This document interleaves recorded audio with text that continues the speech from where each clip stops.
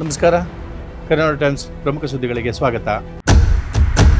ಕನಕಪುರ ತಾಲೂಕಿನ ಬಿಳಿದಾಳೆ ಗ್ರಾಮದಲ್ಲಿ ಪೊಲೀಸರ ಮುಂದೆಯೇ ಗಲಾಟೆ ಆಗಿರುವ ಪ್ರಸಂಗವೊಂದು ಜರುಗಿದೆ. ಕೋಡಿಹಳ್ಳಿ ಪೊಲೀಸ್ ಠಾಣಾ ವ್ಯಾಪ್ತಿಯ ಬಿಳಿದಾಳೆ ಗ್ರಾಮದಲ್ಲಿ ಪೊಲೀಸ್ ಬಂದೋಬಸ್ತಿನಲ್ಲಿ ಕಂದಾಯ ಅಧಿಕಾರಿಗಳು ಸರ್ವೆ ಮಾಡುವ ಸಂದರ್ಭದಲ್ಲಿ ಎರಡು ಗುಂಪಿನ ನಡುವೆ ಗಲಾಟೆಯಾಗಿ ಓರ್ವ ಗಾಯಗೊಂಡಿರುವ ಘಟನೆ ಜರುಗಿದೆ.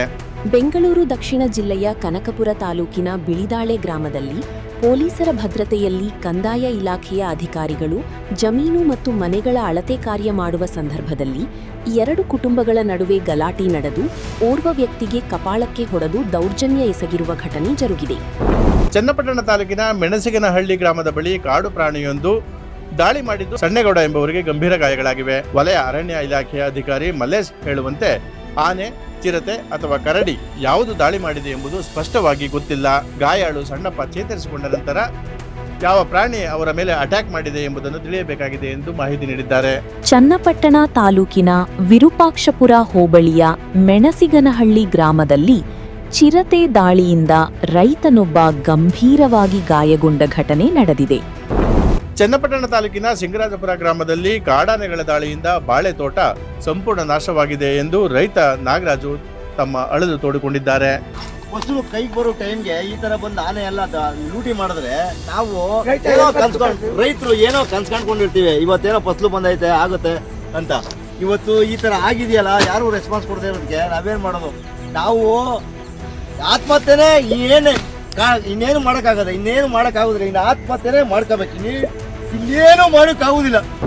ಚನ್ನಪಟ್ಟಣ ತಾಲೂಕಿನ ಬಿವಿಹಳ್ಳಿ ಗ್ರಾಮದ ನಂದೀಶ್ ಅವರ ಅಡಿಕೆ ತೋಟಕ್ಕೆ ನುಗ್ಗಿದ ಕಾಡಾನೆಗಳ ಹಿಂಡು 40ಕ್ಕೂ ಹೆಚ್ಚಿನ ಅಡಿಕೆ ಮರಗಳನ್ನು ಮುರಿದು ಹಾಕಿವೆ.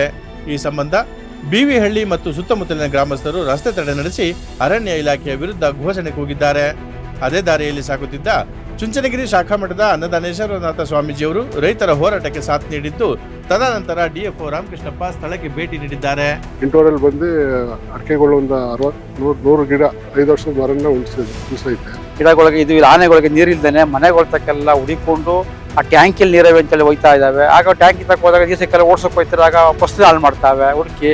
ಇದಕ್ಕೆಲ್ಲ ಕಾರಣ ಈ ತಾಲೂಕಿನ ಆಡಳಿತ, ತಹಸೀಲ್ದಾರರು ಹೊಣೆ, MLA ಅವರು ಹೊಣೆ, ಎಲ್ಲ ಹೊಣೆ.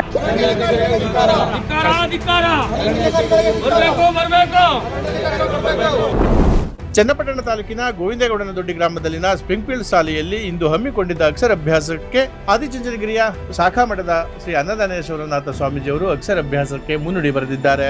ಈ ಸಂದರ್ಭದಲ್ಲಿ ಆಡಳಿತ ಮಂಡಳಿ, ಶಿಕ್ಷಕರು, ಪೋಷಕರು ಮತ್ತು ವಿದ್ಯಾರ್ಥಿಗಳು ಭಾಗಿಯಾಗಿದ್ದರು. ನಾವು ನೀವೆಲ್ಲ ಅನ್ಕೊಂಡಿದೀವಲ್ಲ ದೇವರು ಅಂತ, ನಾವ್ ಯಾರಾದ್ರೂ ನೋಡಿದೀವ ದೇವ್ರನ್ನ? ನಮ್ಮ ದೃಷ್ಟಿಯಲ್ಲಿ ಮಾತಾಪಿತೃಗಳೇ ದೇವರು. ಈ ಜಗತ್ತಿಗೆ ಜನ್ಮ ಕೊಟ್ಟಿರ್ತಕ್ಕಂಥ ನಮ್ಮ ಮಾತಾಪಿತೃಗಳೇ ದೇವರು. ನಿಮ್ಮ ಮುಖಾಂತರವೇ ಮಕ್ಕಳಿಗೆ ಜ್ಞಾನಾಂಕುರ ಅಥವಾ ಅಕ್ಷರಾಭ್ಯಾಸವನ್ನ ಮಾಡತಕ್ಕಂತಹ ಪದ್ಧತಿ ಆಗ್ಬೇಕು ಅಂತ ಹೇಳಿ ಇವತ್ತು ಆ ಕಾರ್ಯಕ್ರಮವನ್ನ ನಮ್ಮ ನೂತನ ಸಂಸ್ಥೆಯ ಅಧ್ಯಕ್ಷರು ಎಲ್ಲರೂ ಸೇರಿ, ಶಿಕ್ಷಕರು ಎಲ್ಲರೂ ಸೇರಿ ನಿನ್ನೆಲ್ಲ ಆಹ್ವಾನಿಸಿ ಇವತ್ತು ಈ ಕಾರ್ಯಕ್ರಮವನ್ನು ಹಮ್ಮಿಕೊಂಡಿರುವುದು ಬಹಳ ಸಂತೋಷದಾಯಕವಾಗಿರ್ತದೆ. ಗೌಡಗೆರೆ ಚಾಮುಂಡೇಶ್ವರಿ ಬಸಪ್ಪರವರ ಪುಣ್ಯಕ್ಷೇತ್ರದ ಧರ್ಮದರ್ಶಿಗಳಾದ ಮಲ್ಲೇಶ್ ಗುರೂಜಿರವರಿಗೆ ಪಂಜಾಬ್ನ ಪ್ರತಿಷ್ಠಿತ ಭಾರತ್ ವಿಭೂಷಣ್ ಸಮ್ಮಾನ್ ಪ್ರಶಸ್ತಿ ನೀಡಲಾಗುತ್ತಿದೆ. ಪಂಜಾಬ್ನ ಪ್ರತಿಷ್ಠಿತ ಸಾಮಾಜಿಕ ಸುಧಾರಣೆ ಮತ್ತು ಉನ್ನತ ಶಿಕ್ಷಣ ಸಂಸ್ಥೆ ಅಂದರೆ ISRHE ಪ್ರತಿ ವರ್ಷವೂ ದೇಶಾದ್ಯಂತ ವಿವಿಧ ಕ್ಷೇತ್ರಗಳಲ್ಲಿ ಸಾಧನೆಗೈದ ಸಾಧಕರಿಗೆ ಪ್ರಶಸ್ತಿ ನೀಡುತ್ತಾ ಬಂದಿದೆ. ಮಲ್ಲೇಶ್ ಗುರೂಜಿ ಅವರ ಧಾರ್ಮಿಕ ಸೇವೆ ಪರಿಗಣಿಸಿ 2026ನೇ ಸಾಲಿನ ಭಾರತ್ ವಿಭೂಷಣ್ ಸಮ್ಮಾನ್ ಪ್ರಶಸ್ತಿ ನೀಡಲಾಗುತ್ತಿದೆ. ಬೆಂಗಳೂರು ದಕ್ಷಿಣ ಜಿಲ್ಲೆಯ ಚನ್ನಪಟ್ಟಣ ತಾಲೂಕಿನ ಗೌಡಗೆರೆ ಪುಣ್ಯಕ್ಷೇತ್ರ ಈಗಾಗಲೇ ಜಗತ್ ಪ್ರಸಿದ್ಧಿಯಾಗಿದೆ.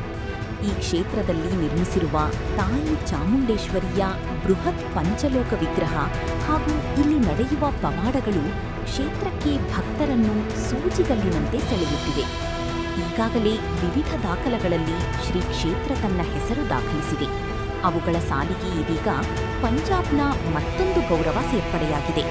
ಪಂಜಾಬ್ನ ಪ್ರತಿಷ್ಠಿತ ಭಾರತ್ ವಿಭೂಷಣ ಸಮ್ಮಾನ್ 2026ರ ರಾಷ್ಟ್ರೀಯ ಪ್ರಶಸ್ತಿಗೆ ಚನ್ನಪಟ್ಟಣ ತಾಲೂಕಿನ ಗೌಡಗೆರೆ ಶ್ರೀ ಚಾಮುಂಡೇಶ್ವರಿ ಬಸವಪ್ಪನ ಪುಣ್ಯಕ್ಷೇತ್ರದ ಧರ್ಮದರ್ಶಿ ಡಾಕ್ಟರ್ ಮಲ್ಲೇಶ್ ಗುರೂಜಿ ಭಾಜನರಾಗಿದ್ದಾರೆ. ರಾಮನಗರ ತಾಲೂಕಿನ ಕಾಡನಕುಪ್ಪೆ ಗ್ರಾಮದ ಬಳಿಯ ಜಮೀನೊಂದರಲ್ಲಿ ಒಂಟಿ ಸಲಗವೊಂದು ಪ್ರತ್ಯಕ್ಷವಾಗಿದೆ. ಗ್ರಾಮದ 100 ಮೀಟರ್ ಅಂತರದಲ್ಲಿದ್ದ ನೀರಿನ ತೊಟ್ಟಿಯ ಬಳಿ ಬಂದು ನೀರು ಕುಡಿದು ಯಾವುದೇ ಹಾನಿ ಮಾಡದೆ ಹಿಂದಿರುಗಿದೆ.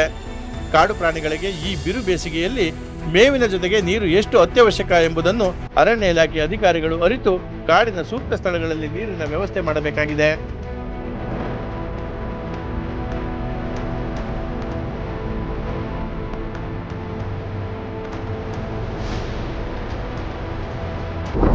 ಕಾಡಾನೆಗಳ ಹಾವಳಿಯಿಂದ ನಷ್ಟ ಉಂಟಾದ ಹಿನ್ನೆಲೆಯಲ್ಲಿ ರೈತರು ಪ್ರತಿಭಟನೆ ಮಾಡುತ್ತಿದ್ದಂತಹ ಜಾಗಕ್ಕೆ ಜೆಡಿಎಸ್ ಪಕ್ಷದ ಮುಖಂಡರು ಬಂದು ಸಾಥ್ ನೀಡಿದ್ದಾರೆ.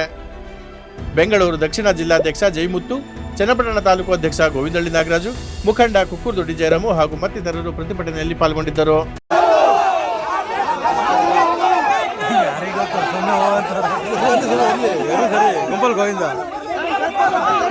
ಇವ್ರು ಯಾರು ಕಷ್ಟಕ್ಕೆ ಆಗಲ್ತು ಅಂದ್ರೆ ಏನು ಇವ್ರು ಅವ್ರು ಡಾನ್ಗಳವರು ಯಾರನ್ನ ಕಷ್ಟಕ್ಕೆ ಆಗಲ್ತು ಅಂದ್ರೆ ಇನ್ಯಾರು ಕಷ್ಟರು. ಇದೇ ಸಂದರ್ಭದಲ್ಲಿ ಕೇಂದ್ರ ಸಚಿವ ಎಚ್ ಡಿ ಕುಮಾರಸ್ವಾಮಿ ಅವರು ಡಿಎಫ್ಒ ರಾಮಕೃಷ್ಣಪ್ಪರ್ ಅವರ ಜೊತೆ ಮೊಬೈಲ್ನಲ್ಲಿ ಮಾತನಾಡಿ ರೈತರಿಗೆ ಯಾವುದೇ ರೀತಿಯ ತೊಂದರೆಯಾಗದಂತೆ ಮುನ್ನೆಚ್ಚರಿಕೆ ಕ್ರಮವನ್ನು ವಹಿಸಬೇಕು ಎಂದು ತಿಳಿ ಹೇಳಿದ್ದಾರೆ. ಸರ್ ಇದೇನಾಗಿದೆ ಅಂದ್ರೆ ಇಲ್ಲಿ ಆನೆಗಳು ಸ್ವಲ್ಪ ಹೋಗ್ತಾ ಇಲ್ಲ ಸರ್, ಒಂದು ಆನೆ ಶಿಬಿರ ಮಾಡ್ಬೇಕು ಸರ್. ಅದು ಸೆಂಟ್ರಲ್ ಇಂದ ಅದು ಸರ್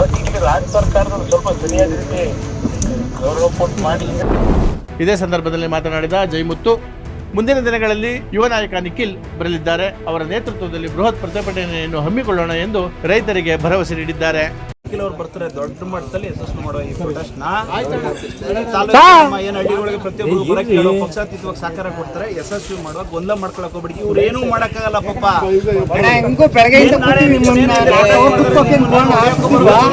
ಭಯ ಬೀಳಕ್ ಹೋಗ್ಬೇಡಿ, ನಾನೇ ಇರ್ತೀನಿ. ಎಸ್ಎಸ್ಎಲ್ಸಿ ಪರೀಕ್ಷೆಯಲ್ಲಿ 94.01% ವಿದ್ಯಾರ್ಥಿಗಳು ಉತ್ತೀರ್ಣರಾಗಿದ್ದು ಉತ್ತಮ ಫಲಿತಾಂಶ ಬಂದಿದೆ ಎಂದು ಶಿಕ್ಷಣ ಸಚಿವ ಮಧು ಬಂಗಾರಪ್ಪ ತಿಳಿಸಿದ್ದಾರೆ. ಸುಮಾರು 9 ಲಕ್ಷ ವಿದ್ಯಾರ್ಥಿಗಳು ನೋಂದಾಯಿಸಿಕೊಂಡಿದ್ದು 7,70,299 ಮಂದಿ ಪರೀಕ್ಷೆ ಬರೆದಿದ್ದರು. ಅದರಲ್ಲಿ 7,24,794 ವಿದ್ಯಾರ್ಥಿಗಳು ಉತ್ತೀರ್ಣರಾಗಿದ್ದಾರೆ. ಒಟ್ಟು 7 ವಿದ್ಯಾರ್ಥಿಗಳು 625ಕ್ಕೆ 625 ಅಂಕ ಪಡೆದು ಸಾಧನೆ ಮಾಡಿದ್ದಾರೆ. ಈ ಬಾರಿ ಉತ್ತಮ ಫಲಿತಾಂಶ ಬಂದಿರುವುದರಿಂದ 3ನೆಯ ಮರುಪರೀಕ್ಷೆ ಇಲ್ಲವೆಂದು ಸಚಿವರು ತಿಳಿಸಿದ್ದಾರೆ. ಫಸ್ಟ್ ಎಕ್ಸಾಮ್ ಅಲ್ಲಿ ರಾಜ್ಯ ಮಟ್ಟದಲ್ಲಿ 7,70,209 ಮಕ್ಕಳಲ್ಲಿ 7,24,794 ಮಕ್ಕಳು ಪಾಸ್ ಆಗಿದ್ದಾರೆ. ಈ ಸತಿ ಪರ್ಸೆಂಟೇಜ್ ಅಚೀವ್ ಮಾಡಿರೋದು 91.1%, 94.1%. ಈ ಸತಿ ಸರ್ಕಾರಿ ಶಾಲೆಯಲ್ಲಿ 93.97 ಅಂದ್ರೆ ಹೆಚ್ಚು ಕಮ್ಮಿ 94% ಸರ್ಕಾರಿ ಶಾಲೆಯಲ್ಲಿ ಅಚೀವ್ ಮಾಡಿದ್ದಾರೆ. ಇನ್ನು ಹೆಚ್ಚಿನ ಸುದ್ದಿಗಳಿಗಾಗಿ ನಮ್ಮ ಕರುನಾಡು ಟೈಮ್ಸ್ ಮತ್ತು ಕರುನಾಡು ಟಿವಿ ಡಿಜಿಟಲ್ ಮೀಡಿಯಾವನ್ನು ವೀಕ್ಷಿಸಿ. ನಮಸ್ಕಾರಗಳು.